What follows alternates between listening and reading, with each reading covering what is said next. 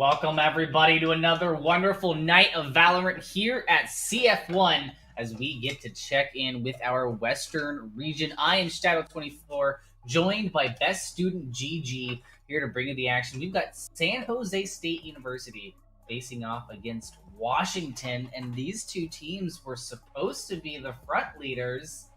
But look at these standings! Yeah, it's so insane. It's just like they are supposed to be the number one school teams, right? The number one seed teams, but they're both starting the season, the split 2, 0-1. So it'll be interesting to see if they can bounce back, as both of them did finish 8-1 from last season. So if they want to improve on their record and then stay the same, they have to win out from now on, and they simply can't. They're going to be going head to head tonight. Yeah, it's going to be a really sad story for one of these teams, just because of what you said. You finished split 1, you're 8-1. If you're San Jose State, your only real loss is a forfeit in split 1, so you never technically lost a map. And then you come into the second split. There's the Viper changes, the Bucky changes, and I don't think these teams expected it to have as much of an impact as it's having. Yeah, the problem is that in collegiate play, these players might not have the most time to practice with their ongoing school schedule. Of course, some of them might also be doing part-time work. So it'll be interesting to see if these players from last week, they can adapt to this week and maybe learn that Viper, maybe pick up, some new strategies for these eco rounds where the Bucky used to be very strong. Maybe they could start picking up sheriffs. And it'll be interesting to see how the West teams compare to those pro plays that we saw this past weekend from the NSG tournaments. Very true. Another notable element of Valorant that's kind of being toyed around here now is that recent Astra development, where now those gravity wells can pull people off of spikes, which honestly for the post plant opens up a whole new realm of play style with how you approach that retake. Yeah, because now you can simply just run an execute heavy composition, maybe lock in a breach, an Astra, or a Viper, use that Viper wall, the Viper smokes, the Astra smokes to get onto site, and then you could save, the double snake bite from Viper, which lasts upwards of 10 to 15 seconds for that molly. You have 2 of them, then you throw on that Astra suck, pull them off the spike, and then from there they're also vulnerable too with the new Astra buff. They're reduced, they're taking extra damage, and they're just a sitting duck for you. And for a team like San Jose State University, who has been kind of renowned for being the team that executes quick, they often vying not to bring any sort of information gathering agent to the table, really, and deciding to go with that breach.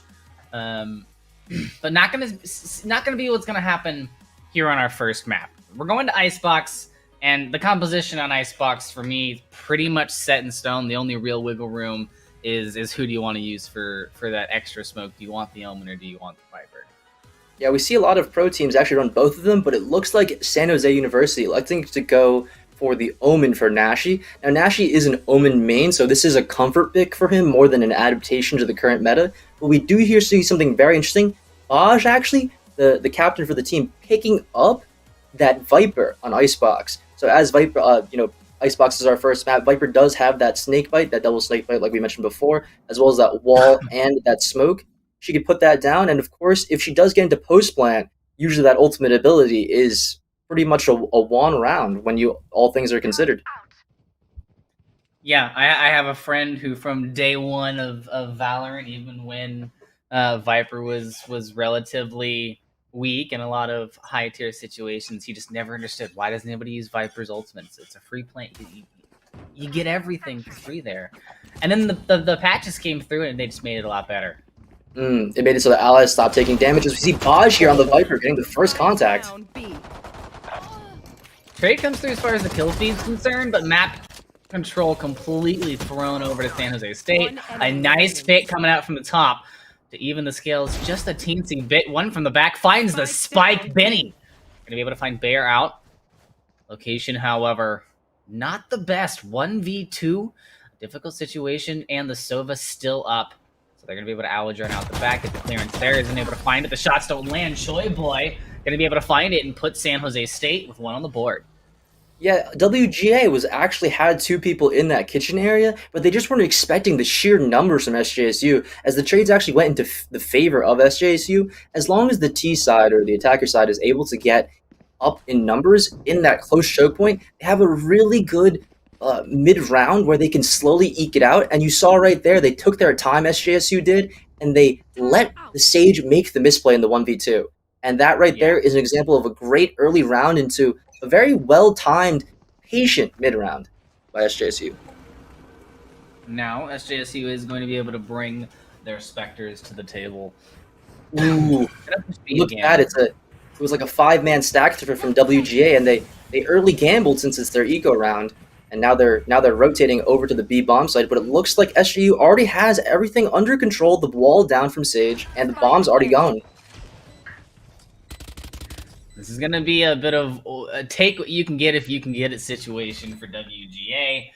Positioning in favor of San Jose State, weaponry in favor of San Jose State, timer now in favor of San Jose State. So he's trying to land the shots, gets an accidental shot there. Fig helps out killing the Baj, but two go down on the catwalk. Oof. Rest of the team trying to funnel through, and it's not gonna come to any fruition. I don't think. Oh, one kill there from Shawnee, so they get to walk away with a bit of a consolation prize. Doesn't want to give away the death. Still has the sheriff looking for another kill. Isn't able to land the shots. Bear so low. Headshot lands on the Nasty. Dashes out. Just trying to throw some flair into the match. It's the first 2 rounds, you know. If you're gonna throw He was alive for so long. 2 people shooting at him with plastics, specters. He lived for just. I mean, I was about to say SJSU had a really, really nice take, but then you see Shawnee T there getting 2, and then Baj chimes. I mean, Kuris chimes with another one, and actually that round at the start of it, it looked all in the favor of SJSU, but Shawnee T, those 2 kills, it really makes it so that the economy on the side of SJSU is a little poor here. Let's see if Thigwarb here does go for the orb into knives play. No, it seems he's going to get that Vandal out for play. So it looks like SJSU is keeping a few specters this round. Let's see what they can do with this light weaponry compared to WGA's full buy. And this becomes like a do or die situation for both teams now. As coming out of this round, if you're not the winner, you're going to be the one that's kind of in the dumpster as far as your economy goes. Yeah, this third round is so critical to the economy of both teams, and you see Thigwarb actually creeping up into a really advanced position. It's unclear if WJ actually knows he's there, as they're actually planning SJSU is on the other site. They soon start to rotate, and they catch him through the timing of the smoke. He-Man takes down Thigwarb, and it looks like it's still going to be a 4v5 retake. And we mentioned here that there's a lurk in the mid, and Baj knife out. Teddy could get 1-2 here. Gets the first, gets the second, goes for the spray on the third, doesn't get him though. Oh, Teddy, that was dirty. I was hoping we'd see a knife, but all those members sitting there, you can't really do that. But this is the SJSU that I'm used to seeing. Plants have gone down in the first 30 seconds of each round so far. They know where they want to put the bomb. They execute on it. They have some fakes. Their defaults have been nice, and they've been able to come through on every single round. WGA haven't really been able to get a clear read. Yeah, and the last time these two teams met was in round 5, I believe, of Split 1. And they actually ended up going down 2-0, WGA did. And so they're looking to get revenge this game, but it doesn't seem like they're off to a great start. But they're still in it. They've still got this Viper. They're on defense, and perhaps they've got some very poisonous strats for us here. I do want to say right here in the downtime, huge shout out to David from Rutgers. Thank you for redeeming that shout out for Lestrem. Curious is gonna go ahead and redeem a headshot onto Teddy. He says, "I'm the best over here. Your team may be up on the scoreboard, but we've been practicing with our sheriffs." WGA definitely doing the work to kind of circumvent those Bucky changes, so they have some viability here in the economy rounds. Yeah, and it looks like they've gotten 2 early picks, so this should be going in the favor of WGA, but they're still grouped up on this A bomb site with 3 people on the defense and 3 people on the offense. As you see here, Choi Boy, I believe, on that Killjoy start to lurk over to the B bomb site. He's not really met by anyone, but it is up to Bear here with that Phantom. Gets Shawnee T, who had the knives out there. A big pickup for him. One thing to note about the kills that SJSU has gotten on the pistols, they're a little bit too deep into enemy territory, so they haven't been able to recover any sort of weaponry. And Sage could be going for this orb into a res play here. As you see Choi Boy lurking up past yellow. Could be going around the bomb site. Baj didn't see it. Baj didn't see it. I think he looks heard. Like he's able, I think he heard. He suspects him, yes. Yeah, he heard him. He heard him. Choi Boy's done for. That's a free gun. It's still only 15 seconds. WGA is in a really good situation. Yeah. Yeah. 10 seconds left. Oh. But with the rotation coming through from San Jose State, they decide to go ahead and go for the plant. The decay's already there. Baj gonna be coming in really big this round. Does lose their life, but they picked up a weapon. But Nasi says no, sir. Last player standing. All up to Chris. The time runs out, so WGA is able to pick up a round, and you know that's exactly what you want to see from WGA. They changed up the pace from San Jose State. This allowed them for their quick execute, and from there, San Jose State had kind of a difficult idea of like, oh crap, what do we do? Where do we go?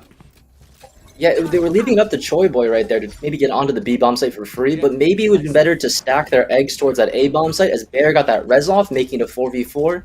But we are into a new round here, and it looks like SJSU is grouped up towards this B bomb site. They noticed that Viper played here last round, but now they don't know exactly what's there. But they should know that the Killjoy has the ultimate ability for the retake. They should try to get this bomb down early so that they could back off and then perhaps get in after the post plant to disrupt this Killjoy ultimate ability. Here comes the Killjoy ulti from Choi Boy, actually, getting them this bomb site. Yeah. It's going to be an almost free plant. Nanoswarm gets a little bit of a tickle on Teddy, but it's not going to stop the plant at all.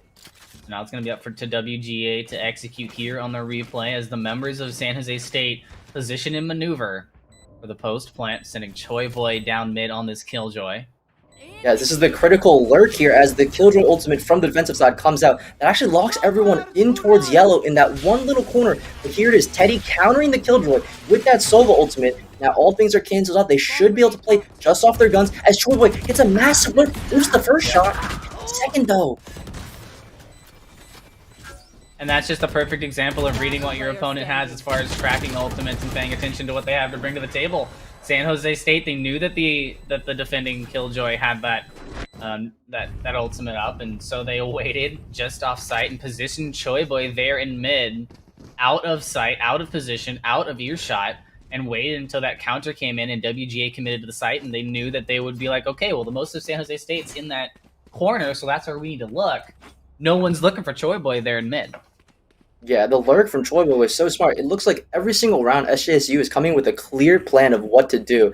This round, they're going for some sort of default here, relying on towards the A-bomb site early fights. Choi is on that B site early on, trying to get that fight.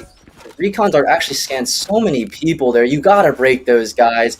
Early on, look for that recon dart. It's always going to come towards the A-bomb site when you're playing against Sova on Icebox. There's no reason it should scan 3. Even if it does, though, the gun advantage is still in favor of SJSU. As you see Nashi here, taking down Benny really, really easily. That's just the gun advantage here, playing in the favor of SJSU.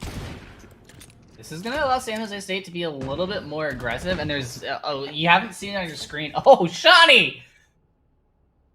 Well, I do apologize, San Jose State. I do believe that is the art of the caster curse. So now it's your turn to bring it around on the B site. There was a bit of a Killjoy 1v1 between P-Man and Choi Boy, but the patience was in favor of San Jose State. They get the kill, they get the plant. Maybe a couple of mollies on the point. Yeah, but critically, the bomb wasn't over towards the A-bomb site, so they actually were able to get on to B. Even though Shawnee T gets that nice 2K with the Deagle, it's still a 3v3 post plant. You still got this utility and this gun advantage up for SJSU, and Bear showing that gun advantage versus the Deagle, and pretty much that's all she wrote for this 3v1. They know exactly where he is, Curtis, using that Sova ultimate earlier. So he has to go retake this, and it doesn't seem like it's possible, as the trading from SJSU is actually just so nice. One player peeks, dashes away, and then Bear re-peeks. That has been the critical difference between these two teams. As you saw from pistol round into the 7th round now, it's just been non-stop trading. Really good spacing, positioning, and timings by SJSU. It's not like they're just holding W, they're doing what FaZe did, which is sneak together, play together. and their trades are showing in spades right now as they constantly have the number advantage. And that's huge in Valorant. You know, one angle can kill you.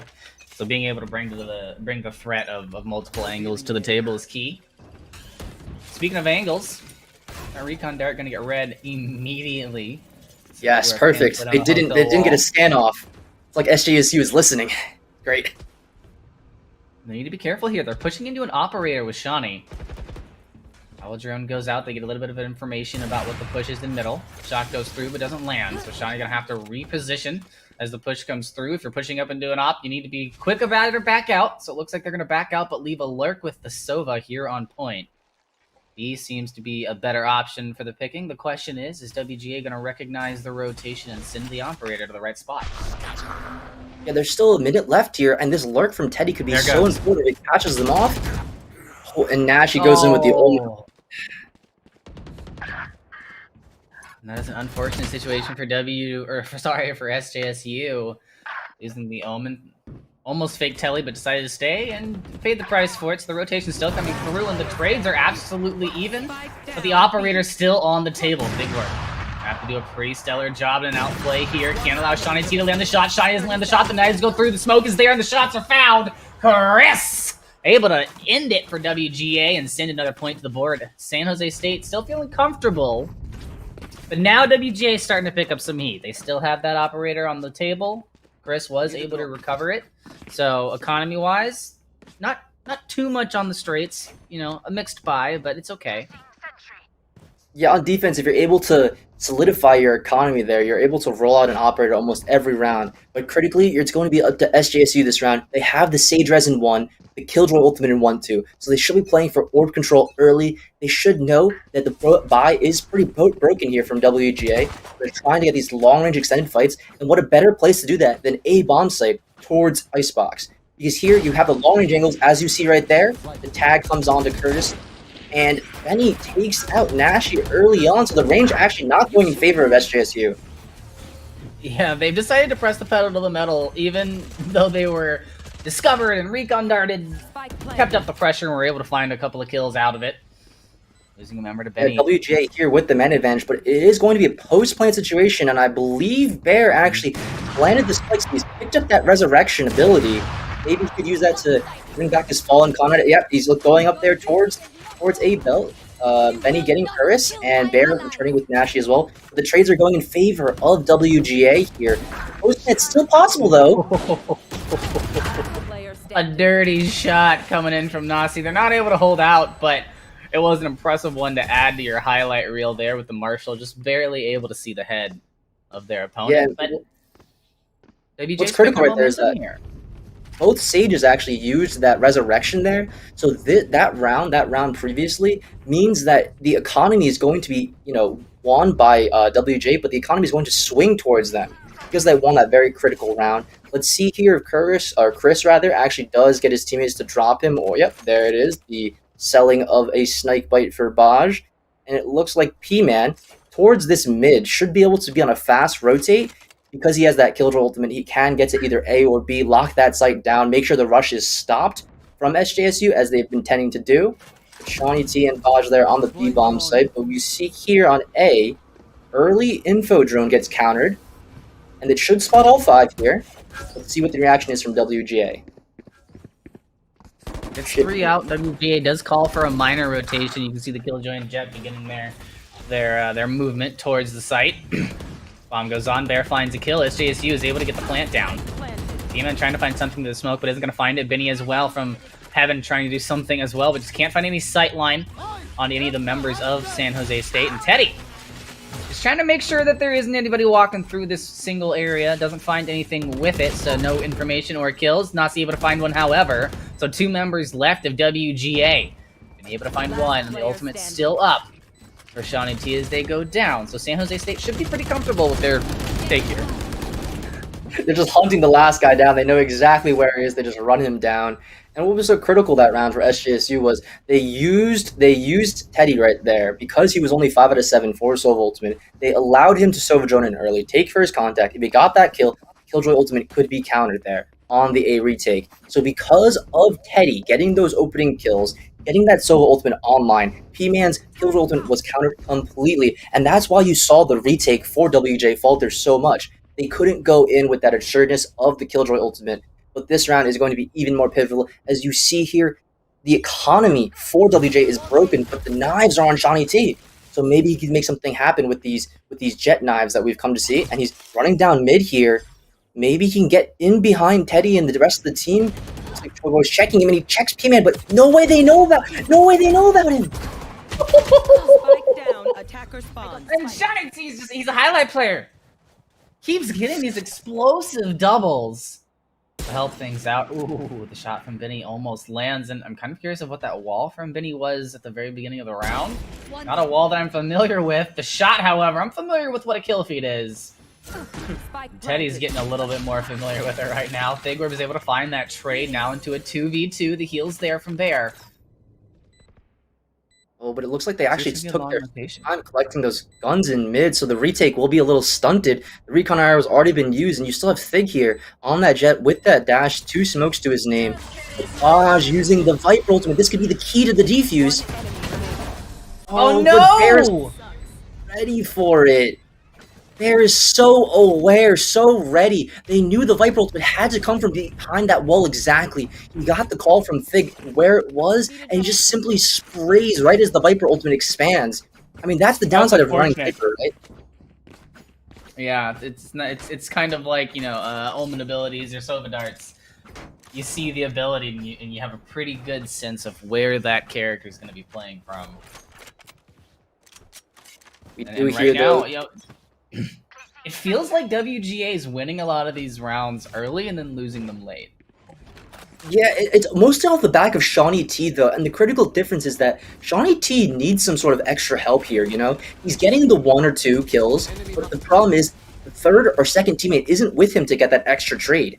If he's able to do the same thing on offense, then we could see a different WGA. But right now, while they're on defense, he needs to be positioned better with his teammates, or his teammates need to be positioned better with him. Whatever the case is, they're not accurately trading. They're not getting those 2-for-2s or 2-for-1s in advantage of the defense. And that's why they're faulting right now. As Chris uses an early solo ultimate while Nashi takes off Benny. So they've stabilized on A site, SJSU has, and it looks like Teddy's able to get one from A2. Picks up Baj. All the kills, just in favor of SJSU. Yeah, pretty solid round coming out from them. And, you know, the one downside to that Sova ultimate is trying to hit somebody who I believe was on.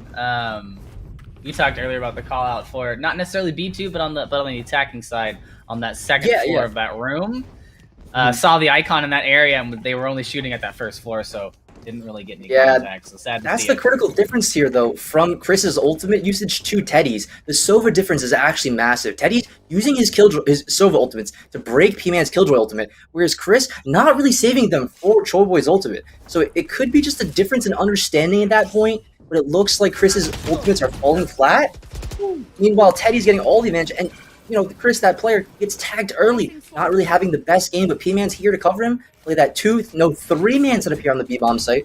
They should know that SJSU is coming in here. Leaving themselves a slight lurk there in mid, but Chris able to be on top of the boxes, finds one, is patient, finds the second, and puts the spike down, so the plant gets canceled. So that's going to put San Jose State into a situation that they don't like, where they weren't able to plant in the first few seconds of the round. It's going to force them to get a rotation over to A. But luckily, Shawnee T still sitting there. SJSU thinks that they have the upper hand. They found one on the rotation. This position is so unknown, though. Oh, Teddy! Gotta have your gun out coming around the corner. What are you going to do? Chop him from afar? Can't work like that. Choi Boy now left alone. Right there. He needs to be holding his gun out during the rotation, and Shawnee T gets another one. It's so strange here, because usually you expect the Jet to be the one rotating right away. You don't expect him to be pushed up on that A-bomb site when you're rotating in from B, of course. But that round was solidly won by Chris. The Sage on his team, Benny, boosting him up on top of that green box towards the B-bomb site on defense, allowing him to get the unknown angle because they saw the Sage there earlier. So Chris, able to, you know, take my words and make me eat them as I caster, the opposite of caster, I caster bless him right there, and he gets the nice 2K. To go into the pistol round, though, we see the setup from SJSU. is heavily towards that A bomb site. Choiboy playing that solo anchor B with that alarm bot in mid that stops the push through the tube into kitchen, and the Killjoy turret actually watches mid. So he's basically playing mid and B by himself. This is heavy trust, heavy call coming in from the leader of SJSU. See early aggression, this wall to let them cross. They weren't expecting that. Oh man, and the play, well, plays out. You get yourself a 2v2 trade, and you get the information on where the entirety of the team is, so you can call in the rest of your members to come and cover the site. Now it's up to San Jose State to keep this defense solid. I think Teddy's drone just barely maneuvered around getting seen. Sadly, however, doesn't find any information. But WGA doesn't really look like they decided on what they want to do. They're just going to wait for San Jose State to get aggressive. Bad decision. He's able to find the open kill.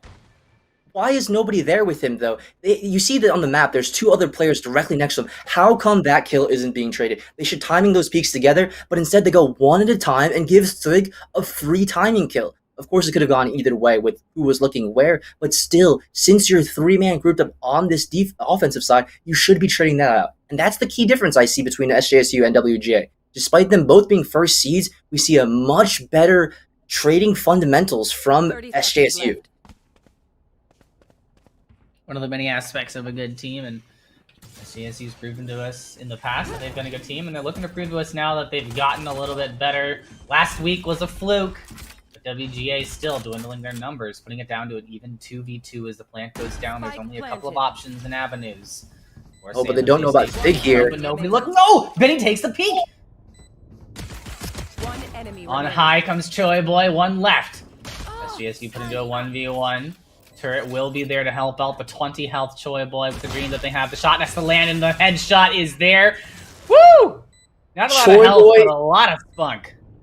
Choi Boy is so clean. That was excellent play from him. Even if he gets dinked, he knows he has to go aggressive because the bomb is planted for the Sage there. No matter what he does, he has to go for that challenge, and he goes for that challenge. He does, and it's lucky timing from him, really. They didn't expect him to be that close. You saw P-Man there holding on his turret, and even if he gets dinked here, you see the confidence, the crosshair placement, the timing, the understanding that he can't push the right. He has to go back to the left. His turret is spotting for him. Using that information, using that, just the critical information, which was the placement previously known by him, he just makes it so clean. Well played by SJSU. Early aggression to late round, very well played. Well played indeed, and an aggressive push from WGA is the response they want to go with. But there's a really big gun with a lot of bullets waiting for you and a couple of shock darts, but they're not going to land, so WGA going to be put down to 2 players of low health. And San Jose State should really have no issue with locking this one up, but WGA continuing to fight back Benny. Not willing to give it up, has a little bit of health for themselves. The bomb going to be moving to B, but Fig very far into the back. But look how they're split up here. That's what's crucial. They're split up here on the offensive side, whereas SJSU would be converging together. Of course, the kills did go over to Benny, but Benny here making a quite roundabout trip, taking a detour through their spawn. No. Maybe the timing works in favor of Fig. Just doesn't spot him, though. Just barely misses that ponytail, and oh, there it is. I was going to say, if Benny doesn't hurry up and get on site, then we are done for here. And now Thig's going to make a rotation. Such a problematic playstyle from WGA. Of course, both of these teams are the first-seed teams in this group, but there is a discernible gap in the way they're playing, as they know that he's low, so he pulls out the classic to try to get him. You should know that the spike is with him, and his teammates have called these low. It's just a jet on jet. Maybe a jet diff will be decided here. There it is. Fig bringing that round back for his team. Even if Benny gets that 2K with those classics, picks up that Ares, gets another kills, it's just not going in the favor of WGA. And the reasoning is because of the collapse in mid. You saw WGA try to go through mid right there, try to break through that mid defense, but how many players from SJSU were there? Teddy was there. Fig was able to rotate in. Bear was already there. Choi Boy took first contact, and Nashi rotated in right away. That right there is a collapse from a team that has confidence and map pressure. That's an important aspect of it. Map knowledge is just the first step. Being able to actually execute and force your opponents into the situations that you want, or execute and get yourself out of situations that you don't want to be in is pretty key to winning games in Valorant. WGA, however, do have the ability. We just haven't seen it be as strong here today as it's been in the past. But Benny going to be starting things off big. WGA playing a bit coyly. This is more the play style that I'm used to from WGA. They're less of a hardcore executing team and more of a play for that initial pick, get the information, rotate slow, and be a little bit confident in their placement. And you can see they're not going to trust that nobody's here. A couple shots go through, but Thig's not able to get out alive, and now WGA is going to have a two-man advantage coming into the site. Rotation isn't going to be in their favor if they decide to go B, but the joy of how they've played this is that they don't have to go B. Exactly. They're playing the clock so well. They're taking their time. They're rotating critically as a unit, staying together so that the trades come in very, very well. And it looks like they should be able to hit the A bomb site. They've got a 5v1 on here, but actually, Toyboy Teddy actually converging together, so it will be a 2v1. But still, the number advantage is such in favor of WGA. I don't see them losing this round unless Toyboy comes up big here with Teddy. They know where they are from that recon dart. The shock dart actually takes out Benny. Teddy, what kind of dart was that? That was absolutely insane. But sadly, the bomb already has been planted. So San Jose State are going to have to 2v4 this retake, hiding behind the wall. Chris is there, but the machine gun from Choi Boy and the support fire from Nasi going to take them out pretty evenly. Shawnee T now going to be the primary member closest to site to deal with this defuse. You can see the Viper already ready for the snake bite. Yeah. Choi Boy has a choice. You have to go aggressive, see what you can get pick-wise. You're not going to be able to secure that plant with the snake bite down. Or yeah, defuse, of course. sorry. And even if Bosch is 4-13 right here, as you see in the scoreboard, what's critically not really understood is the fact that he's using this Viper, this wall to get his team into the bomb site, using the snake bites critically for the post plant. And right now he's been set up alone, like on defense, but on offense he's able to play with his team more here. And that difference between the Omen and the Viper we talked about before we started this game is coming into full effect here as Baj and the rest of his team is going towards the B bomb site. Only Choi Boy here alone with that shorty. See if they sniff him out. Choi Boy saw that initial Viper wall go out, able to find one kill there in the very beginning. WGA able to even themselves back up to a full squad. Sage wall will go down. That's pretty much a free plant. Question is, how's the post plant gonna go? Nasi gonna go? Ooh, that would have been a bad decision there, Nasi. If you teleport up on that wall, you would have been eliminated immediately. Ooh, Big getting that knife kill is huge as Benny responds. Oh no, Benny! Big maybe trolling with his knives out, but it looks like this should all be WGA though, despite Thig's heroics, getting one with the knives and pulling at the classic and tapping away that Sova. And there it is, Benny with the 3K showing up big for his team. The thing was, we talked about at the top of the show, Viper in post plant. After you get that bomb down, after you get that spike down, the smoke on the bomb, the wall, the degrades 50 armor, takes away the HP from the enemies, makes them vulnerable. The snake bite on top of it, burning them away. This composition from WGA has its clear pros, and they're showing right now in those gun rounds. When Benny and the rest of his team has those Vandals and those Phantoms online, they're able to take these kills from just post-plant, them enemy team running into their crosshair. They don't have to do anything special, as long as they're able to get on that site with a small numbers advantage. But no, Big actually going for this early pressure, but gets spotted by the dart. Ooh, wants to punish any sort of aggressive peek that comes through, but isn't able to do so. Now gets forced out by Shawnee. But the trade does come through. There's SJU for you. They have the res. They knew it was available, so they're going to be able to bring their member back onto the team. Thig back into the fight, but has low health. Has to get some healing soon. Now down to 1 health and decides to peek anyway. A bit dangerous, living on the dark side. But isn't going to get taken down as Nasi from below able to cover the peak. And that's what you were talking about earlier. 1 health, might as well take this peak and allow Nasi from just below me to execute anybody who decides to try and capitalize on me. Yeah, it's knowing that even if you're at 1 HP, you still have the confidence to know that you and your teammates are peaking at the same time. Even if it's 1 HP, these players are so clean, so crisp that they can go for these easy one-tap headshots, so it's no big deal for them. And that advantage, that confidence is better than just 4v2. What was so clear there from Bear actually was he knew exactly where his teammate Jet would be, and he rezzed him perfectly. Even if you go for that op shot, Sage is there to back you up. It gives you that extra bit of confidence, Sage has got you. One bullet is all that it takes.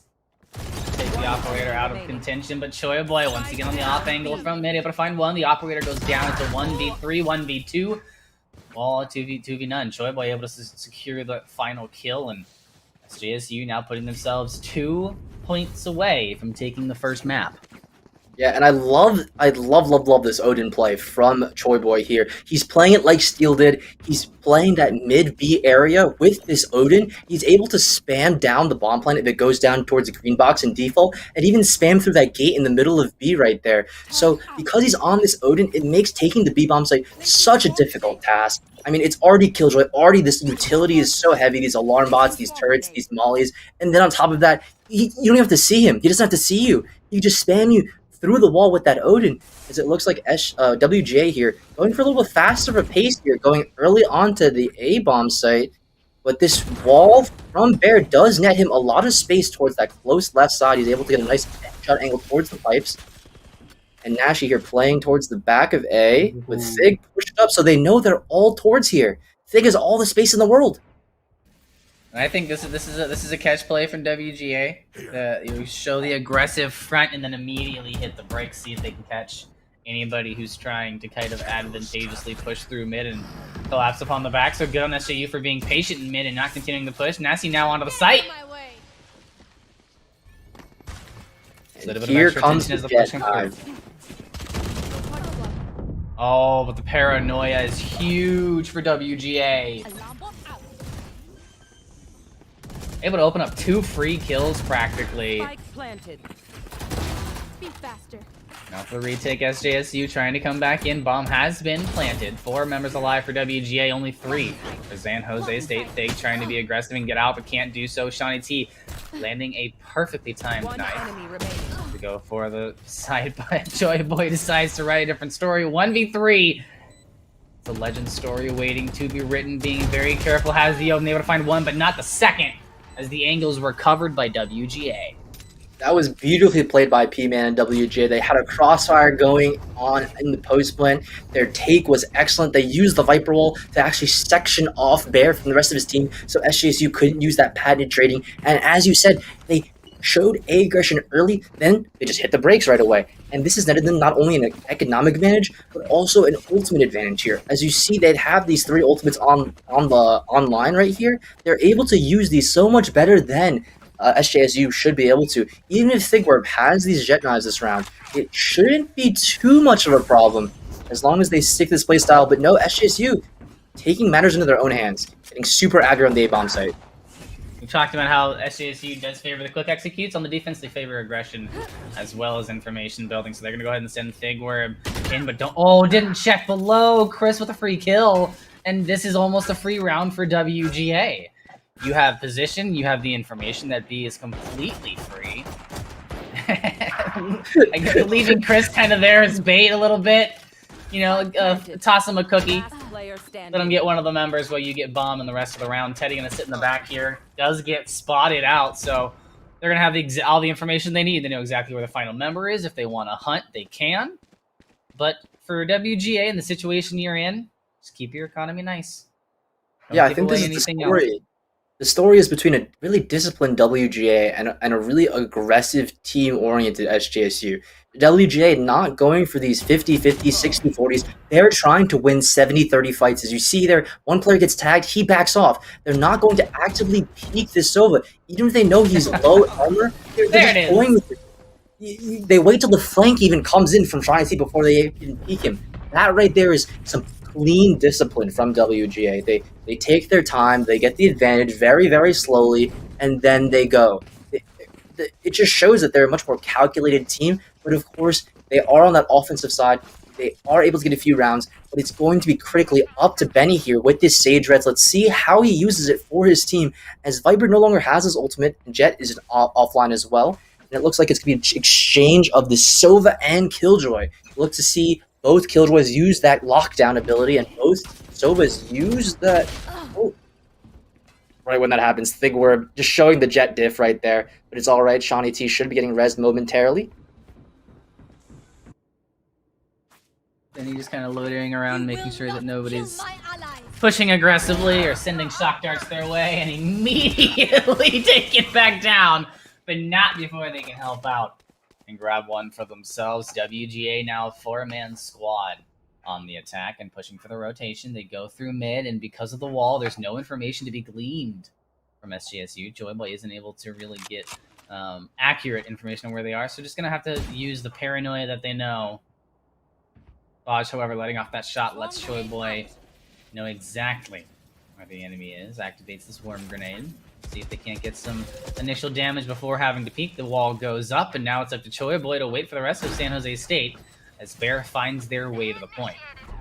It's going to be very problematic, though, as you see Joyboy here with that Killjoy ultimate I talked about. The player to die for WGA was Chris on that Sova, so they should be able to just stick the bomb plant unless this Viper Snakebite comes in. It looks like it's not able to come in on time as the bomb's being defused. No, they use their own Killjoy ultimate. They've gotten it off. The enemy's off of that spike. And you see here P-Man running in after his Killjoy ultimate is online. He cleans the round up with a 3K. I don't know how many 3Ks we've seen from this man, but it's been almost every round after round. These important the impact is just huge from this Killjoy player. And that there was the honestly, danger. The Viper's what saved that. Those snake bites. The snake bite. Without that snake bite, they would have just straight up defused that spike. Because of that Killjoy ultimate from Joyboy, the lockdown could have just prevented them all from getting in there. But Baj, he's not showing up on the scoreboard, but he is showing up in the game influence. So much utility. We in NA only really look at the scoreboard, but what's so much more important is the utility the Viper is bringing to his team. A lot of these rounds are being won by that Viper util in that post-plant situation. Of course, you don't have the Omen, you don't have the blind, but this is how WGA is playing. It's working for them. Yeah, they've been able to run the scoreboard back. Now only 2 rounds away from putting it to a tie, and they have economy in their favor, forcing San Jose State into an economic round. So San Jose is going to push the metal here. Or push the envelope, I should say. They're going to get it as aggressive as they can get, pick up weapons along the way, now put it to a 2v3. Joyboy still has this Marshall. We've seen Joyboy land some pretty nasty shots. Nasi as well, but 2 Marshalls? It's going to be a tricky situation if you get into close quarters, and with the patience that Washington's bringing to the field right now, all they really have to do is wait, and the paranoia from San Jose State's going to do the job for them. Yeah, the University of Washington really just calming it down, chilling out, playing that patented discipline style that they have. They want to make sure that they're in angles where they can trade each other, clear out all the nooks and crannies, anywhere that the enemy team could be hiding. You see Nash here spamming his Marshall. And Joyboy unscopes at the unluckiest timing for Bosch, just drive-by headshot him. Spike planted. Oh, Nasi! Should be called Nasty! Able to find the kill in a vein now with the 2v1, but not able to win it out. WGA is going to be able to put double digits onto the scoreboard, and 1 more round away now of tying it back up. And look at the scoreboard right there for their attack rounds. They've won the last 4 rounds clean with this patient play. Yeah, it's mostly coming down to this Sage utility with this Viper utility in the post plant, and P-Man's hitting these wonderful shots, trading out his teammates. And what's critically different is that WGA is grouping. They're able to trade on this offensive side. They're not staggered like they were on the defensive side. Because they're so clustered together, they're able to execute and get these trades. But SJSU, you have to wonder, are they is WGA really winning this game, or is SJSU slowly tossing it? Doesn't seem like they have much of their playbook besides this aggro A. As you see, Big Word get an early pickoff onto P-Man. It's going to be so crucial for them, as that is their Killjoy player, the one who's been producing so much for them in these post-plant situations. With Thigberg opening up the round is so key, and so is Nashi getting another kill. Teddy getting this flank is wonderful. It's masterful. As the Killjoy player does go down first, he knows he can flank early because that alarm bot, that turret, is now down. That flank, wonderfully timed. SJSU showing that understanding of characters, and if you take out the Killjoy, the flank is open, and there comes Teddy. In this 3v2, we do see the operator posted on this A angle, and it should be an easy kill, but no, Bosch with the crouch peek headshot into the operator, showing why the Vandal is perhaps the most broken weapon in Valorant. Might be broken, but It is not the almighty. It can be beaten. 30 seconds left. WGA now once again playing patiently, but San Jose State does have a setup. Sage on site A and Killjoy is stacked here on site B. There's such low time. Not being quiet about it. Oh, they were so loud coming into the point. Shoyboy just knew exactly when to peek, and now it's up to Baj. But with the information on where that default is, you know exactly what's happening. That's not a very. They gave themselves too little time. They didn't recognize that Shoyboy's on B bomb site, right there. Still this setup, still intact. That alarm bot, that those two mollies, critically giving away the round pretty much to SJSU. As we saw, SJSU, they didn't really do anything different that round. They went for the early aggro A, then they fell back after they got the aggro number advantage, and they just posted and just played Choi on B and mid. They're not doing anything different.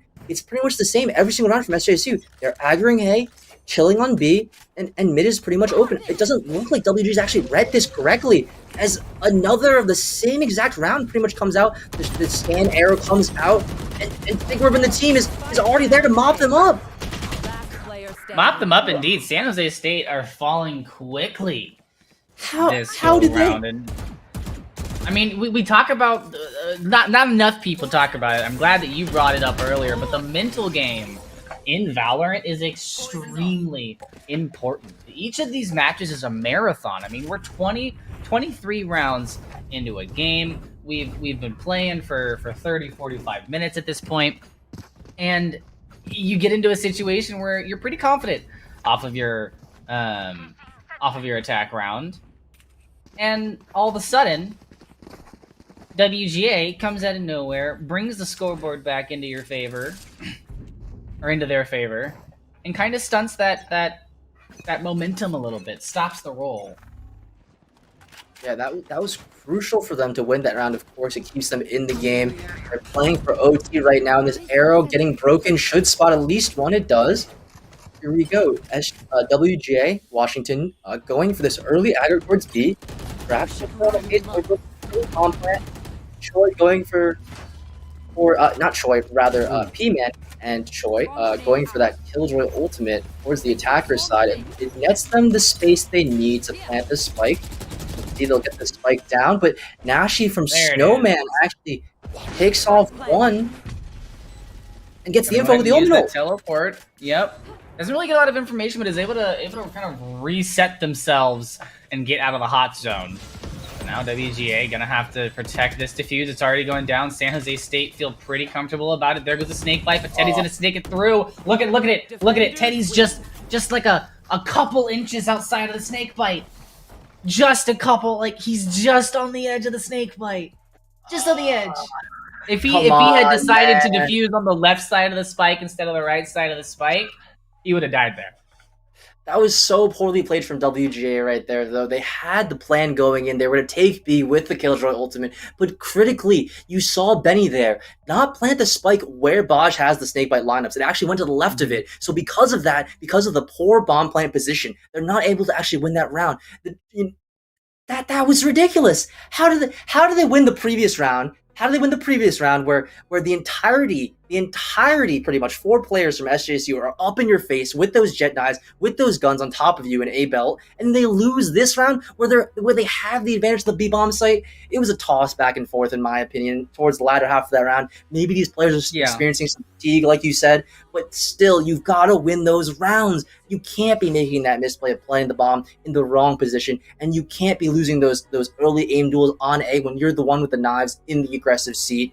Of course, though, it was really, really well played from both teams. It was. I mean, look at how close these kills are. I mean, the one thing that I do want to point out is that Teddy and Baj, both as players, Chris was a little bit more active on the silver roll as far as getting in there with peaks and kills and such. But Teddy and Baj, you look at them on the kill feed or the scoreboard, not a lot of kills, but it's the utility and value that they bring outside of just clicking heads, you know, the Viper smokes, the snake bites, the recon darts, the owl drones. So, you know, don't worry about that. But the rest of the squad, a pretty even display. I mean, you have the big utility players all on the bottom, and for the most part, all of the duelists up at the top. There's not really anybody that's sitting in a spot that I wouldn't expect them to see. And this is the kind of play you expect at this level. It is those little things like the plant being a little bit too far to the right, or you know, the dart landing just a little bit too far to the left so the corner doesn't reveal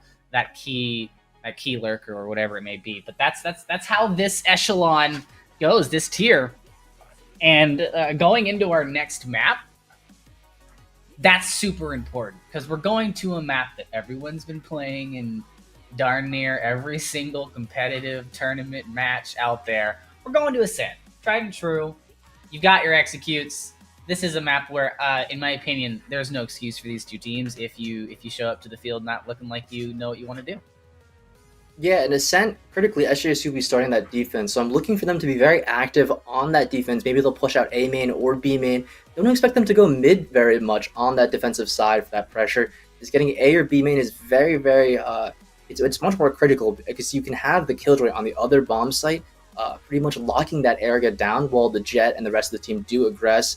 I wonder, though, if Baj will continue to pick up that Viper. Of course, it is a character that has a lot of utility to use in the early round and that post plan, of course, but it's not really putting him in a position to trade his teammates on that offensive side. Of course, you see him there on the bottom of the scoreboard, and Teddy, of course, there, as you mentioned, they were bringing that utility for their team, but they're suffering in their individual performance for that overall team performance. It'll be interesting to see if maybe they move Bosch to a different role. Perhaps Viper isn't the best agent on Ascent. Of course, she's great on Icebox, but on Ascent, it's a much more standard map. Omen has a lot more things he can do there. The one-ways in A and B main, of course. You can teleport, and the map is just so much more split that the Omen TP is very critical. As you see, you know, a lot of Omens in professional play and this upper echelon of collegiate play do that Omen teleport to the back of the B bomb site on Ascent. They're able to get into that boathouse, get those kills on the B bomb site players who are playing on stairs and lane. And Ascent, I mean, I'm looking forward to it. It's pretty much an insta-pick in NA right now, and I think it is one of the most balanced maps that we have in Valorant. So this will be a true test of both teams' skills. I agree. One thing we didn't see on Icebox, and it makes sense due to the kind of the aggressive angles and how many of them there are in Icebox, but no flashers. No Phoenix, no Arena, nothing like that. But going into Ascent, you expect to see either of those two heroes grace the field. In my experience, it has been a map that most teams do decide to bring some sort of flash agent to the field. Yeah, I'm really looking forward to seeing a Phoenix, perhaps. Maybe the Reyna, of course. Reyna does have that pop-off potential where she's able to mop up a whole team with that dismiss and the drain that she's able to get health back. Of course, you do have Phoenix, which is the patented, tried and true, the orb farmer extraordinaire. He gets the A main orb on offense. He gets the B main orb on offense. He has that run it back every single other round. I mean, if a Phoenix is popping off in your game when you're on offense, you can expect to have an easy time because that run it back, giving that two lives benefit.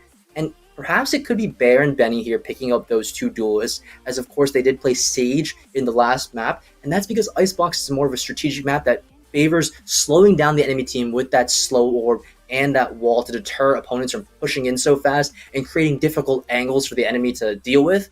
But of course, Ascent, much more linear, much more, if I could use the word, CSGO map design. And a lot of players really do favor this map because of that. There is an obvious mid, there's an obvious A, obvious B, and there's ways to get to both A and B from mid. So of course, it doesn't play exactly like Icebox does, but we could see a little bit more of a lopsided favor in SJSU because of that. I know these players come from a more CSGO background, SJSU does, and maybe not every player from WGA has come from that exact background. So perhaps we might see a little bit of a more Ascent-favored SJSU.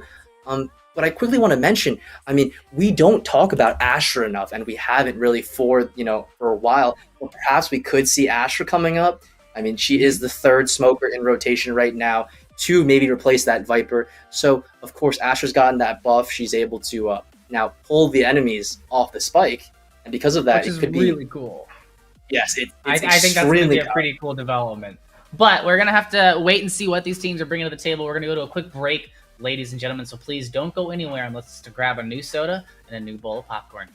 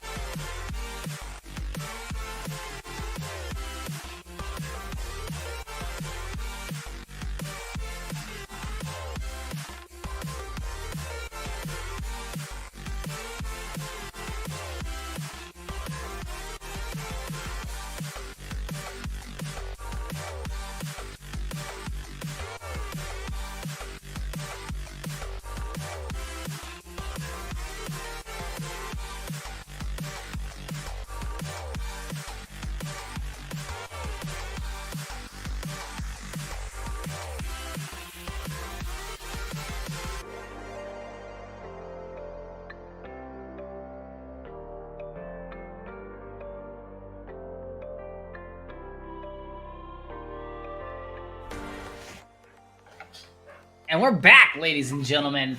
Shadow 24 and Best Student GG bringing you the action as San Jose State University and Washington go at it. And you know what? Last week, I don't know if it was the fluke, but these teams just weren't able to bring it up to snuff and they lost to their competitors. But head to head, it feels like a similar story to Split 1 where WGA has a lot of really good moments, but for the most part, San Jose State just seems to be a little bit more of a cohesive unit when it comes to playing the game. It seems like they have much more of an identity. They pretty much always play the same way. They have a trusted caller and Joy Boy. And it seems like WGA is faltering a little bit in these key rounds because perhaps they're a little bit split up on what they should be doing. And in these teams, it's so important to understand that you should have role clarity. And that's what makes teams so good. You know, you do this, you do that, and you trust each other and you hold each other accountable to do those things.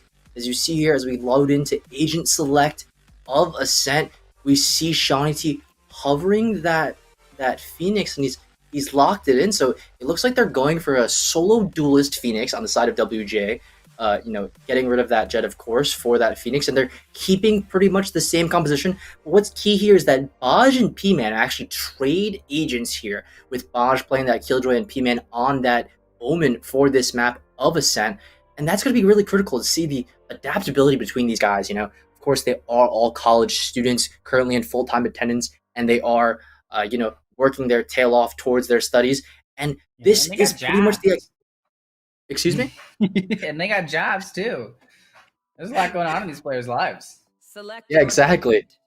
So maybe they can't spend the most time on Valorant, but they are still putting on a great show for us today. And these are two of the top teams in the toughest group we have here at CF1. Of course, that is the West Group 1. And both the teams are actually currently 0-1, as we talked about at the top of the show. But despite that, they're showing us a caliber, that of champions for CF1. So it'll be interesting to see if either of these teams, if they do come out on top, maybe that their chances exponentially grow for that title contention run. If you're able to show up in this group, you're pretty much setting yourself up for success into the playoff rounds. Yeah. Any team coming out of this group at the end of Split 2 is going to be a favorite to get pretty far in the tournament.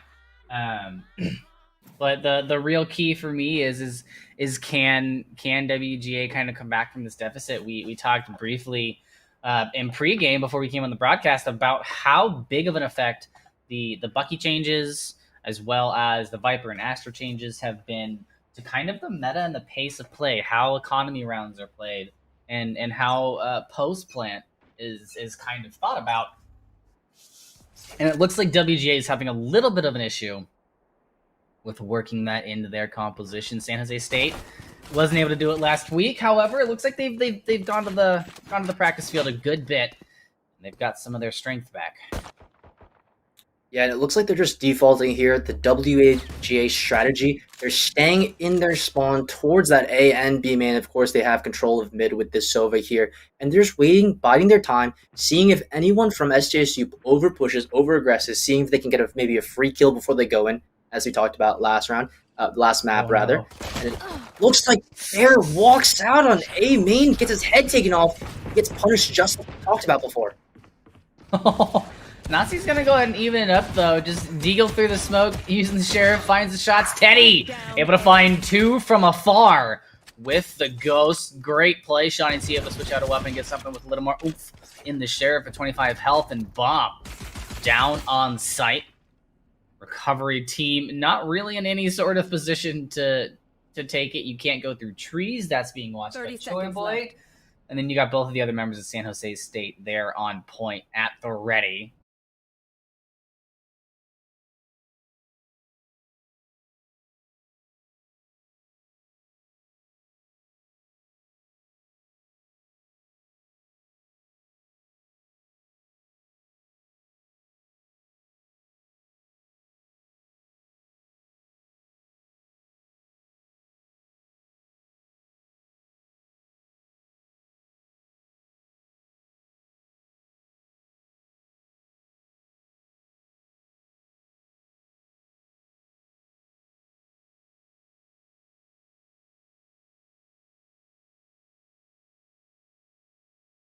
Agents in this game along with Killjoy that can purchase a sheriff and pistol round, because the utility of the blind costs so much. You can't really afford a ghost. You could go blind light armor, but really it is that sheriff on a lot of these omens. We're seeing that from players like Zoms. We're seeing that all over the scene right now.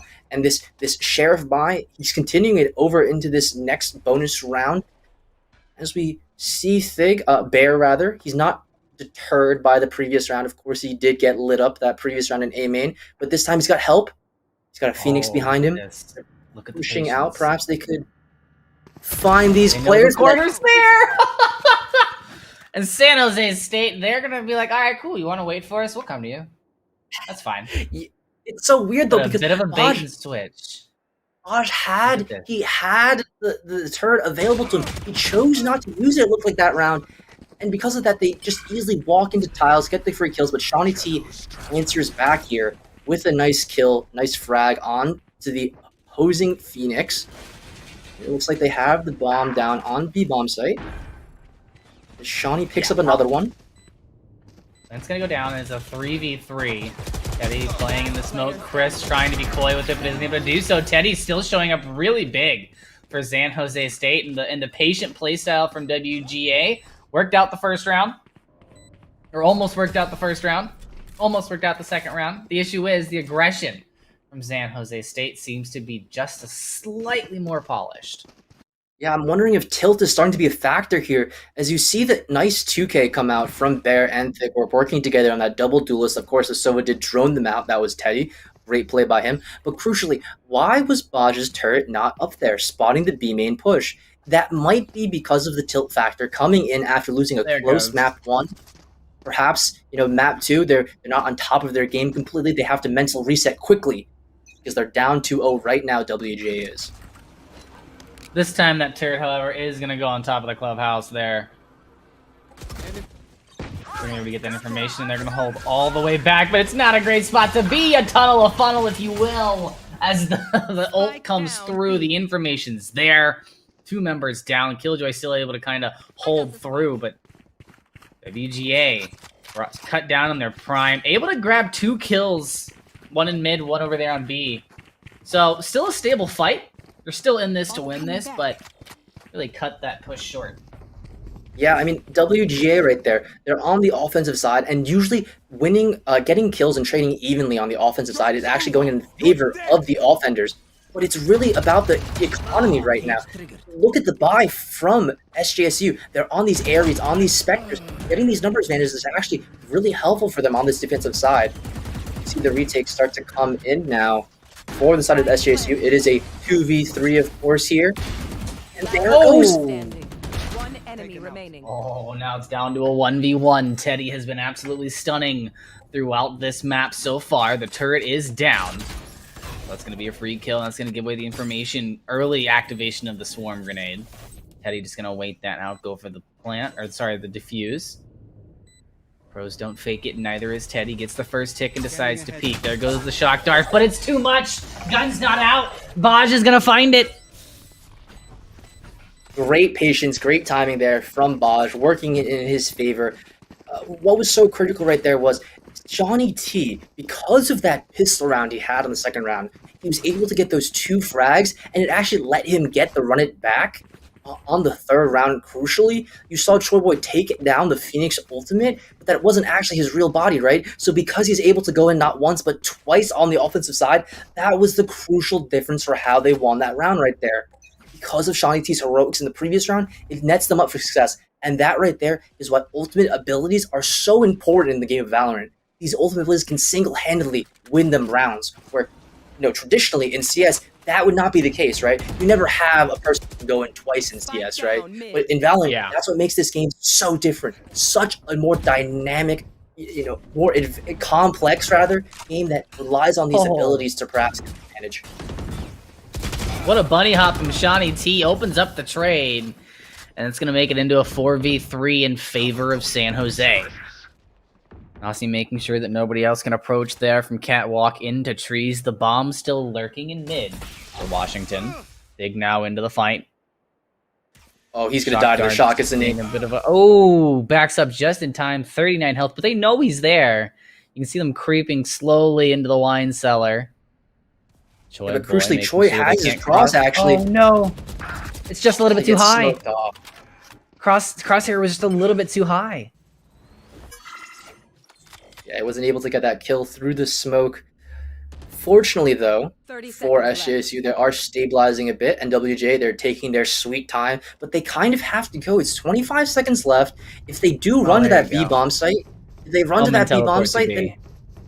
it might not be in favor of them, but they're going up catwalk, perhaps? Yeah. Teleported on the site, but Choi Boy was still there. P-Man unsuccessful. Spike down and recovery looking glum.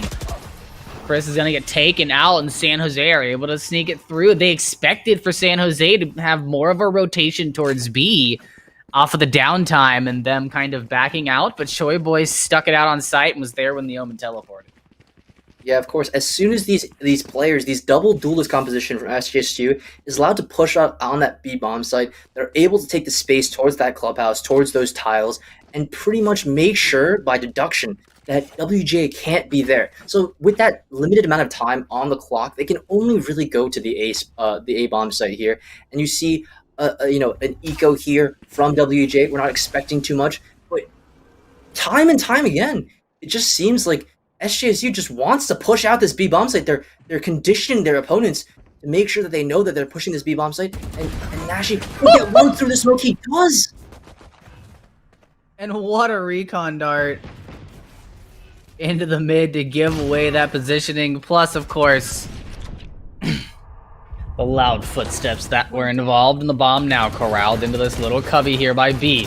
They are going up on top, able to find one by going down. The support from Choi Boy comes in big from afar, and that's going to be San Jose State winning it. And this is something that we've seen from San Jose State time and time again. Once they get comfortable here in the situation, they're able to just put their pedal on the gas and go forward. They always aggressively push until the enemy team stops them. So this is going to continue to happen until WGA gets the ticket, meets them in one of these aggressive pushes, and punishes them for it. Words are hard. Of course, this no respect style until the enemy earned the respect. Very reminiscent of Season 1 Rutgers. Perhaps they took a page off of the playbook, and this is tragic. Actually aren't aggressing B main, but they're aggroing mid.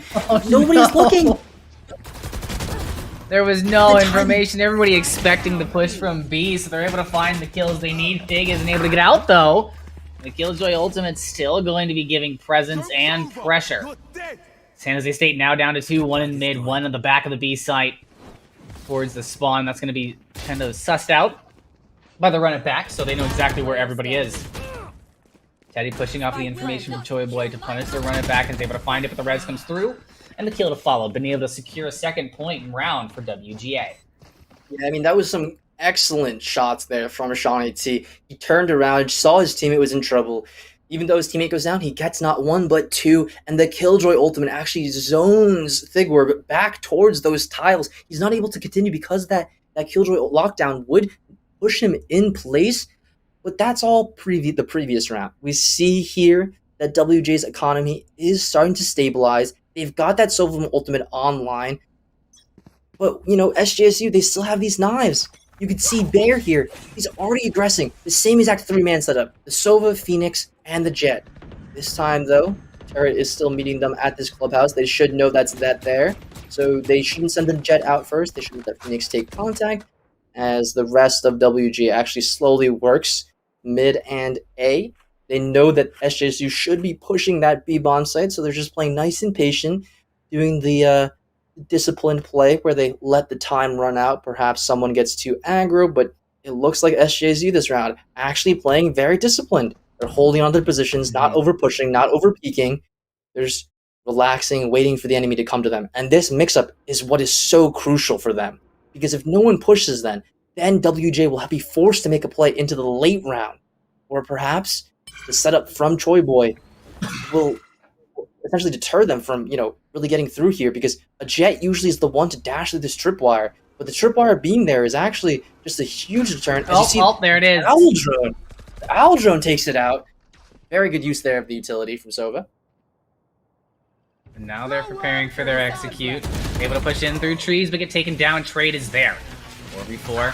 As the members of WGA push for the site, Chris able to help out with some damage as Shawnee T cleans it up. Gonna lose Badge on the push in, make it a 3v3.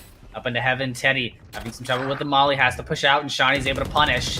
Positioning there, 2 come in through trees, and both get taken down by Chris. WGA with a pretty strong and confident round. The trades were there, and the positioning was superb. Yes, that Owl Drone was always so key. Chris right there using the Owl Drone to take out that tripwire pretty much opens up the push there for WGA. If that tripwire doesn't get taken down, then no matter who goes in first gets taken down. And what's so excellent is Shawnee T. Last map, he got those 2Ks. His team wasn't really with him for most of the half.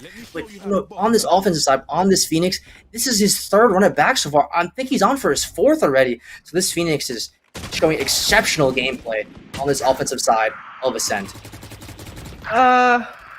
I'm a little bit curious about the decision there. Now, C4 Health decides to drive peek that angle still, but Teddy's there to clean things up. I guess, you know, you got a player like Teddy on your back, you can be a little bit more zealous about how you want to play things. Oh, those shock darts are bad news bears.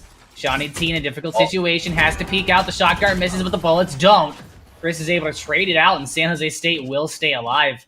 Or sorry, will get taken down. WGA gonna walk away with the round. Yeah, you saw there Nashi peeking from the catwalk position over and over. Even if he's on 4 health, it was actually just the bait for Teddy. So often you see these players with these 11 kills, 11 and 5 right now. Teddy's popping off, but really right there, Nashi's setting his team up for success. That 3K was very much off of the back of Nashi repeaking over and over. Because he repeats so often, they didn't expect the second player to be in the corner cubby of that angle. And of course, Teddy just walks out and the rest is history. A nice 3K from him, but it's not enough for SJSU to win the round. And now they are able to afford the operator. So that's going to be on the field for San Jose State University.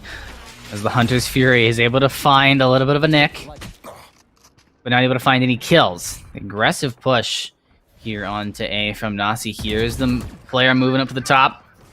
Isn't able to land the shots, but is able to run away from the flashbang. Second one's coming out, but gets put back away before the gun gets cocked, however. Members go down, and mid was a bit of a massacre as well. WGA left with a single member. P-Man now gonna have to survive the hunt. But Teddy what was find that? their kill. The running headshot through the green box, full sprint. That right there is some is some pure RNG from Teddy there. Of course, the first 2 kills I were believe clean, you but... mean pro play. Ah, yes, the pro spray and pray headshot through the green box. How could I have That misunderstood running recoil control? The recoil control that doesn't exist doesn't exist in Valorant. Yes, of course, I understand. That is a round though for SJSU. All memes aside here, and it looks like we do have the run it back available, if I'm not mistaken, from WGA. So look for that to be used. And it's a great bait and switch setup with the op and the Phantom. Big just cleaning up with the support of Bear. This is some excellent bait and switch 2-man gameplay. And he's going for more. He's going for blood. This team's there to back him double up. peek. What a round. Such a difficult thing to combat. That's the setup right there I'm talking about from SJSU. That fundamental setup. One player playing the common angle, one player playing the cubby angle, and right there, Thigwarp gets 3 kills off of the back of Bear, peeking over and over with that op, you know? Usually you think of peeking and re-peeking an angle as pretty fundamentally poor, right? But you do have a teammate there that you're baiting for. You're setting the play up for them, and that right there is selfless and also just pure bliss to see from a tactical FPS standpoint. See how this dart goes into the back. Trying to reveal those, pushing up the A side, able to find a couple. The Owl Drone, however, going to find members of San Jose State, but to no avail. You know, you're on an eco round here. San Jose State's been on a pretty good roll these last 2 rounds. They've seemed to find their groove here on the defending side. Yeah, it looks like WGA is crumbling a little bit under the pressure, the consistent, constant pressure that is SJSU's defensive side. You know, they were sitting towards their spawn, but crucially they pushed the one-way smoke, and that's never really an advisable play right there. As you see Nashi in A-main, he's consistently putting that one-way smoke up in A-main on top of that ledge. There shouldn't be much of a reason for WGA to push that. They are the disciplined team, the team that likes to take things a little slower. It's curious to see why they did push that, though. Perhaps they're getting a little frustrated, though. That is most likely the reason, as you know, when you're in this position where, you know, you're defaulting, but you're not winning the late and mid rounds, it gets really, really annoying at that point for a player, and you have to wonder if that annoyance is what's playing into this, as the same 2-man setup is here from SJSU, but this time they blind off Fig and they hard clear him. Yeah, that's the one thing that they didn't do last time, is that they sent that paranoia through and decided to just push wholeheartedly. That didn't work out this go round. That's going to be okay. They're going to get Shiny T back into the fight, and WGA is sparing no resource in making sure that they put a 5th number on the board.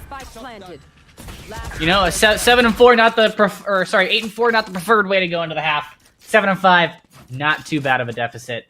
That's just a pistol round. WGA looking poised here with a very good offensive half. All sides, you know, all things aside, the rounds they won very, very well. They read them perfectly. They knew that Thigwarp would be in that corner, and they knew the Jet would be there with the ops. They blind both of them and go. Teddy, of course, he got a monumental task ahead of him in this 1v4, and it looks like it's just too much for the young lad as Chris takes him off the server, and we go into the pistol round, and SJSU here, San Jose University, on that offensive side now. Let's see if they keep up that aggression that they held during defense. Let's see if Shawnee T and the rest of WGA can sort of finagle their way back into these rounds. If they can win the pistol, of course, they should be all tied up. But it's crucial to note that the frags are actually going in the way of SJSU. Of course, it's only a 2-round deficit, but there is a big gap. And that's because of the way SJSU is winning the rounds. They're winning them by killing all 5 members, as opposed to WJ winning off of the bomb plant, winning off of those tactics, winning off of the ability usage. And that's how they've netted those 5 rounds. And I'm hoping to see that they stay with this style. They're seeming to make it work. And perhaps this map could go 13-11, all 24 rounds, just like the previous one did. Mm-hmm.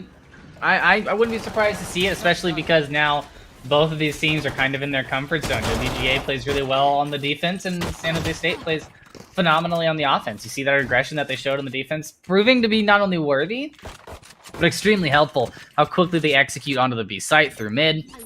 They get the information that it's free to them and just kind of rush through.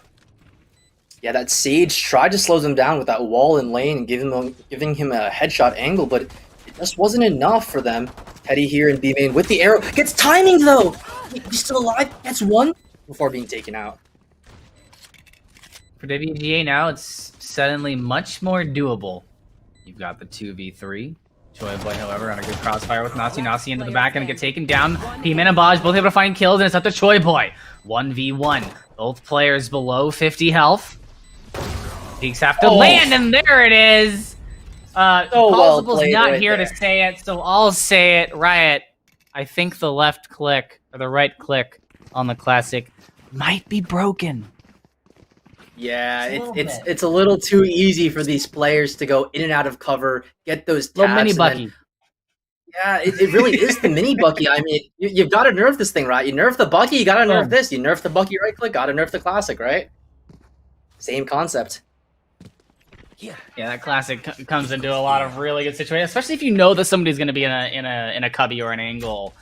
You don't necessarily have to pre-fire, but because you get that little burst of bullets, it's not as important that you're counter strafing or anything like that. You can kind of give yourself a little bit of leeway.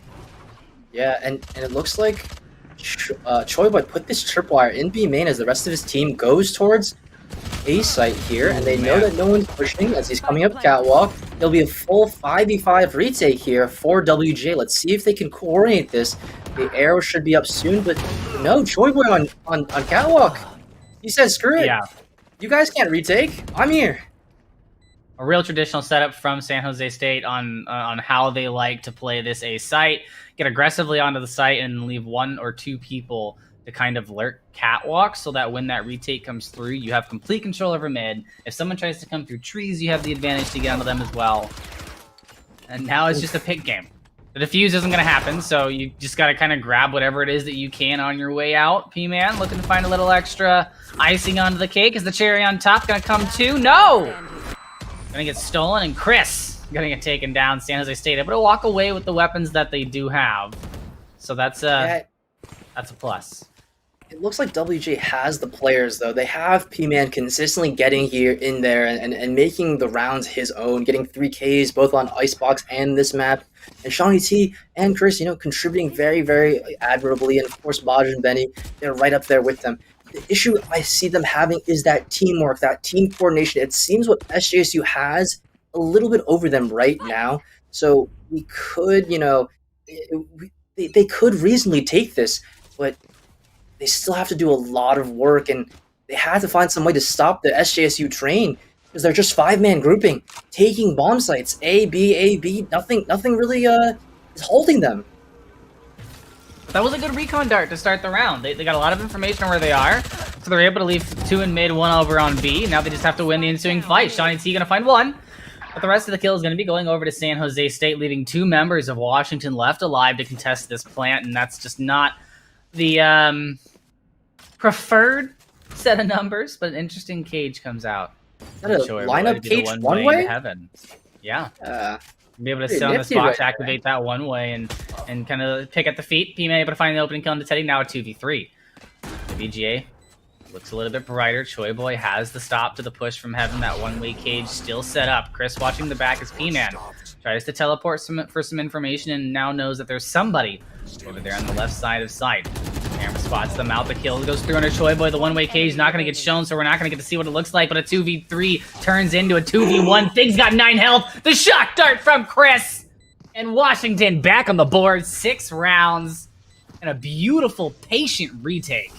That's what I'm talking about, man. P-Man, every single round, the big P-Man showing up time and time again. 3K after 3K. This guy is unstoppable when it comes to these retakes. These rounds, he's putting his mark, his stamp down versus SJSU. Even if they get onto the bomb site, they still are able to get it taken back from them. WJ playing so well right there off of the back of P-Man. Interesting to see, though, there, that they did have the setup on the post plant, but Teddy going a little bit too aggressive, perhaps feeling himself a little bit too much. They had that 4v2 post plant, but Teddy threw it away a little bit. So it might be SJSU giving them a little bit too much disrespect, but we will see as the score is not tied up, it's still 9-6 rather. As you see, SJSU, another patented group up, go through mid here. They get spotted out by that alarm bot, though. It looks like this is going to be an NB with a lurk towards A. We see 2 players work up market and 2 players go through B main here. There will be the double duelist split. Gets the blind on a 1. Oh, good opening kill, too, for San Jose State. Big is able to cover a spawn as well, but doesn't keep the pressure, so does get taken down. There's 2 for P. Man, once again, showing up big. Vinny there is able to cover the angle, and 3 members left for San Jose State. They've even been able to work their Cypher all the way into the back, but the plant's going to go down on A. And this is a tricky situation for Vinny. You know, you can't really go anywhere from where you are for free, and you hear that the plant goes down based on the game. And you don't see the plant go or hear the plant go down on B, so you know it's an A. I really want to Kind draw of a stuck situation. I really want to draw your attention, for the viewers, and you should to the tripwire here towards the B main on offense here. It seems that every single round, Choi Boy is putting this tripwire towards the B main. They know for a fact they can't be pushing there. It's very unlike Killjoy with a turret, it's in 20-meter range. So that's what SJSU is using to take advantage of WGA. That's how they're able to rotate them out, because the tripwire is not being broken. Sova's here. You really want to get into Chris's ear here and be like, shock this damn tripwire, man. It'll make them, play off of the potential for someone to be there, but they're simply not doing it. Because of that, SJSU can go through mid, can go through A super easily with knowing for sure that no one's pushing B. And they're even able to walk up onto B here for pretty much for free. They've gone all the way in the back, able to take these aim duels. Maybe the second player isn't known, but Bear cleans them up, man. Jesus, that's just you. So clean, walking in, and the tripwire is still here. And now they have to know they're coming. They knew they were coming before the tripwire came. They had Choi Boy there in mid, just kind of keeping his sight on things, making sure that everything went well. And another thing that this tripwire has allowed them to do is what SJSU wants to do when it comes to Ascent. I spoke earlier about how when they plant on A, they usually leave somebody catwalk. But the importance of that is the control of mid here on this map. If you're able to control mid, you can execute onto B extremely quickly, and you can also cover any rotation coming from B if you decide to plant towards that A site. You see the pings going down in the long. I think that WGA is a little wary now. They know about the tripwire. They have the info. Let's see if it does get shocked this time. It looks like Chris isn't actually going for it. Maybe Choi Boy didn't even actually put it there that round there. It's looking pretty good as Teddy here combos up with Figward, going for an execution into the B bomb site. But it was just to run it back. And it's a fake. What a fake. Yeah. SJSU waiting in right there on catwalk just outside of trees. Send the run it back, then the Omen smokes over to B. And just wait for WGA to take the bait, which they did. So the plant's going to go down, and we're back into post-plant territory. They're up a man. Not able to find a second. Now a 2v3. WGA left with Shawnee T on the Phoenix, as well as Chris on this Sova to defend. Yeah, the flank is coming in, though. So Shawnee T finds it! Oh! Okay, so now they know where Choi Boy is. They've got that information. Flame wall goes up, so you can get a almost free defuse, but it's not going to work out that way, Choi Boy. I mean, that was some heroics right there from Shawnee T, of course, almost clawing that round back. But the tactics, the play from SJSU, running that fake with that double ultimate, you see that combination of Phoenix ultimate with the Sova ultimate coming down with those smokes. That's just a tried and true push right there. But now it gets sniffed out, it gets used as a fake, and the whole of WGA has to rotate over because they have to respect those. Maybe we could see, though, because Teddy did invest that Sova ultimate, we could see Baj here use that Killjoy ultimate for that retake. It looks like it's going to be hit into Baj's Killjoy ultimate. Let's see if they're able to play retake properly here. It looks like Chris getting blinded out, and it's another kill, another entry for Fig. He-Man, however, is able to pick up a kill. Looking for the second, is able to find it. 27 health and a dream. Too many angles to cover, however, and Choi Boy with the neural net's going to know exactly where the remaining members of Washington are. 12 points on the board for San Jose State. They're looking to close this day here and now. It's a 1v3 now. Shawnee able to find one. Knows the angle that Bear wants to peek and has it covered. the second member of SJSU goes for the 360. Isn't able to land it, but goes out in style. Washington, you know, you're going to lose your second map on the split, but you're doing a pretty good job. So, I mean, you held up pretty well. And, you know, against the rest of the teams in the lobby, I feel like you're going to keep at least hitting that mantle. But once again, it's those little things.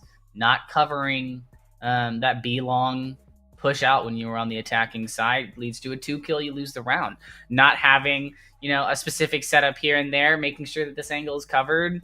You know, the plant that was just a little bit off so that the snake bite didn't land. It's the little things like that that are going to eat at you. And the better teams in this division and in the entirety of the league, they're gonna pick at those little gaps in the armor, if you will. It's all about those small advantages when it comes to competition, of course. We always say that how like one team has a huge advantage over another team, but in reality, it's just these tiny little things adding up on top of that margin to make this tiny sliver of a gap, and that's what teams expose. If they just go back and work on a few things, you know, the trading, of course, the positioning, and the post plant, just clean up their comms just a little bit, it looks like WGA should be able to pull this out. Of course, the only team they've lost to in this entire group has been SJSU San Jose State University, of course. But the thing I have to note here is that the heroics, the players are there for WGA. They have the pieces. They just need to put them all together. And it looks like SJSU has a time with these pieces. They really a well-oiled machine. They had the fakes, they had the executes, they had the map control. They understood the difference between Cypher and Killjoy, how those two agents play differently. Of course, they understood how the stage works with slowing them down on offense, boosting up on that wall and B main on defense, and they're able to account for all those things beautifully. That right there shows a class of a great team. When they're able to look at the agent select, right? This is very much an Overwatch concept, right? You look at the different agents, the different, you know, champions they have, whatever word the heroes, whatever word you want to use. And that right there is the difference between a great team and a good team. They understand what utility does for those specific agents and how to play around them. That right there is why SJSU was able to overcome this team. So it will be interesting to see, though, as they did lose last week versus Cal Poly Pomona. So perhaps Cal Poly is a team in the West that's bringing out that Astra gameplay, bringing out that the Viper gameplay more heavily, and that could be the counter, you know, the straw that breaks the camel's back, that pushes teams who perhaps might not have the best CSGO fundamentals, but understand Overwatch concepts more to be able to strive and thrive inside Valorant's economy. You know, these two teams, Of course, they have vastly different backgrounds between them two. I mean, of course, they're both from the West. One school is Cali, though, and one school does come from Washington State. So perhaps they could, you know, take note from some of their local players, their local pros, and start to adapt a little bit to what the rest of the world is bringing. Yeah, and, you know, I always say it, a bad loss is a good VOD. And this wasn't a bad loss, you know. The score line here on the second map, it was a little bit more SJSU favored, but most of the rounds over in Icebox, it was back and forth for the majority of the map. So these teams really duking it out. WGA gonna sadly be joining CU Boulder as the only two teams in the region that have not been able to secure a win just yet, as they did lose to UCI just a little bit ago. So a little bit of an update for you what's going on in the Western region. But we're going to go ahead and go to a quick break. WGA's got to, you know, grab their orange slices and such, but we're going to get a little bit of an insight into how San Jose State was able to get the better half of WGA today here at CF1. So please, like I said, don't go anywhere. Shadow24 and Best Student GG will be right back.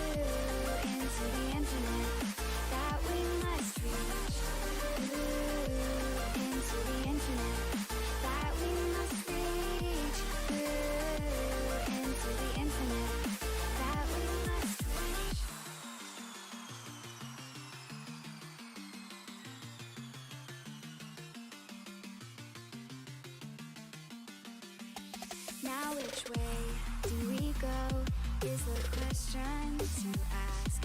There are so many choices that it's hard not to look past. What is real and what is fake, and the risk we have to take. Will we love what is throwing off our balance?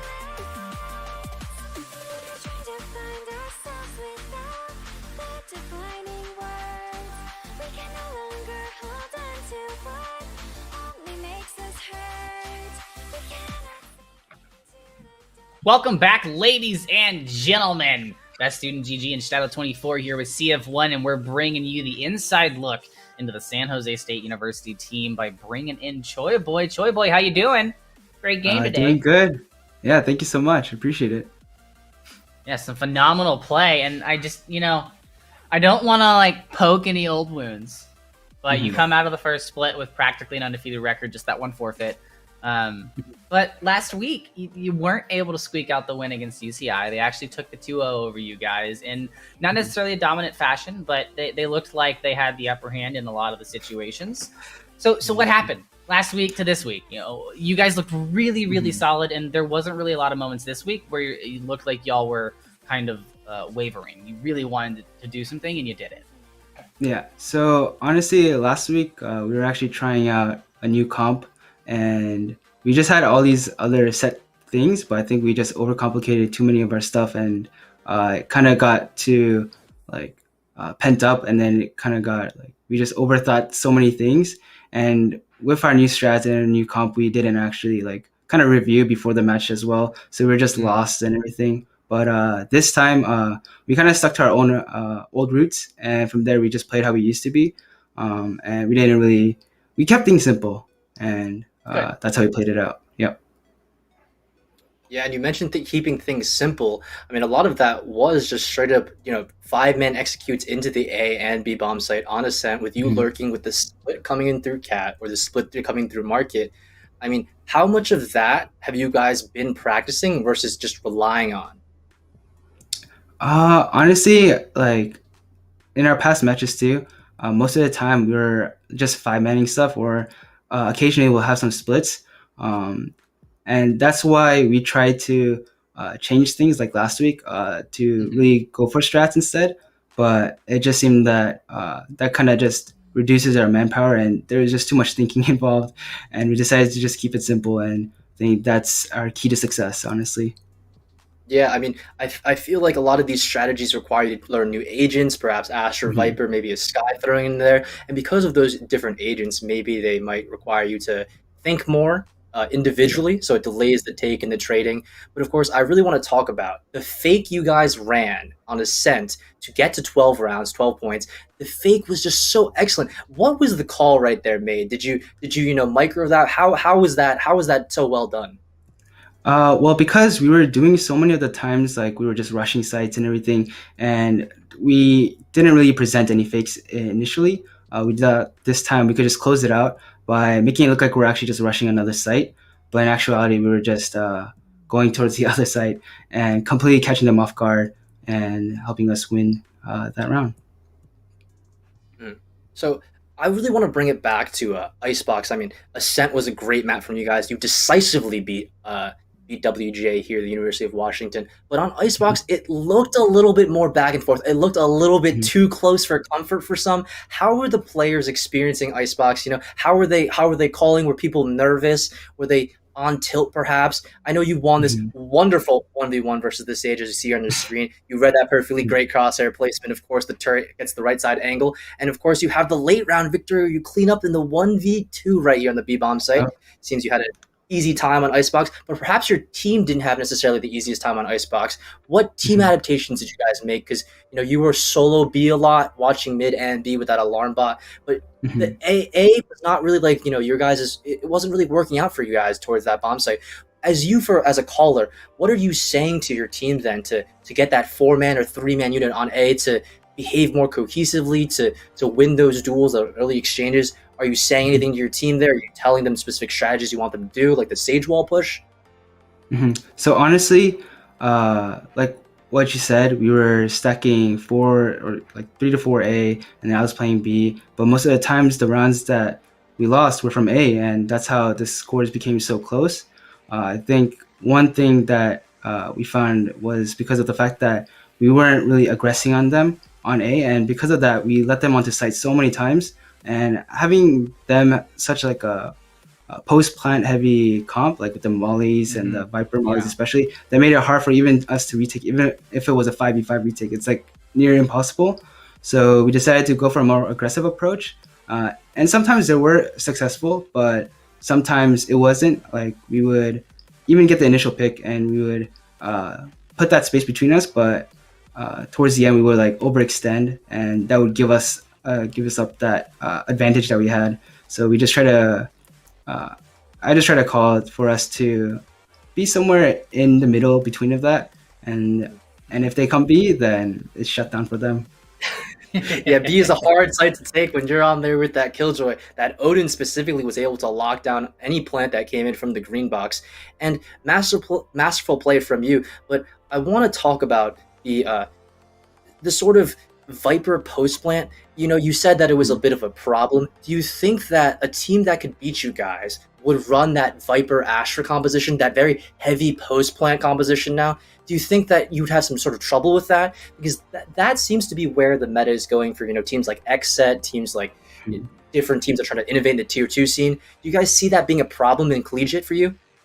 Yes, definitely. Which is actually why we're also in the mix of changing up our team comp, and that's something we did last week, but we didn't really get to work on it as well. So in the coming days, in the coming weeks, for future matches as well, we see that Omen is going towards a lower tier because of how good Astra is, and even Viper. So we're going to be transitioning our team comp to be more towards what the meta is currently for the pro scene and the tier 2 scene as well. All right. Well, that's all I have. So if you have any shout outs, perhaps, Choi Boy, anyone you want to... Well, obviously I want to shout out towards all my teammates, Thig, we got Bear, we got Teddy, and Ishan, or also known as Nasi. Definitely towards my manager, Nam, who's always been putting in the work and the time, especially with the semesters coming to a close and so many playoff matches and tournaments in general. And to all the fans who are watching, thank you guys so much for tuning in. And yeah, wish us luck. And there you have it, a wholesome sign off from Choi Boy. Thank you once again for coming on and giving us a bit of an insight into the team, and please take our congratulations back with you. All right, thank you so much. But that's going to do it for us here tonight, ladies and gentlemen, at CF1, and that'll do it for the week. But don't fret, we will be back on Monday with some more CF1 action at 8 p.m. EST. You see it there right on your screen with the East region, so make sure that you're not missing out on that. But, you know, we had a really great match. We had some giants from Split 1 facing off, and they were able to show us some pretty cool stuff, and I'm happy with that. Yeah, Shuttle, I'm really excited. We're right around the corner from playoffs right now, and the semester's winding to a close. And CF1 is the most competitive collegiate program you have for Valorant right now, and exactly why we will be crowning our kings of the collegiate championships, king of collegiate Valorant, this upcoming May. And I, for one, May cannot 15th be more and 16th. excited. Yeah, May 15th, 16th. Make sure you mark your calendars. It's going to be a big day. But we've got, I've got to go to bed. I got to feed my dog. We got stuff to do. We don't want to hold you guys any longer. So we'll leave you with just a couple of things. Stay safe. Don't be toxic. And have yourselves a wonderful evening.